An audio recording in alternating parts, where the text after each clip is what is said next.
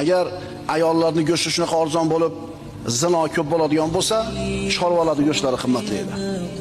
Agar odamlarning orasida hayo suvi ko'tarilsa, odamlarning yuzidan hayo suvi ko'tarilsa, ular uchun samo suvi kamayib ketadi. Bu qonun. Bu qonun. Shuning uchun haqiqiy ulug'vorlik nimada? Ana shu haqda turgan, sobit turgan ozchilik bilan birga bo'lishlikda. Ko'pchilik bilan bo'lishlikda emas.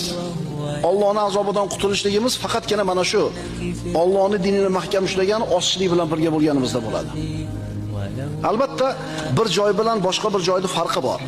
Masalan, bir joyda g'arib bo'lsang, bir joyda g'arib bo'lmaysan. Masalan, biz yurtlarimizda alhamdulillah masjidlar serob, namozxonlar ko'p, solih insonlar ham shunday ziyoda, dinini ushlagan odamlar bor, rahm shafqat, iymon, e'tiqod. Bizda g'arib bo'lmaysiz. Ammo ana shu bir kufr mamlakatlariga, g'ayri dinlar yurtlariga borsangizchi,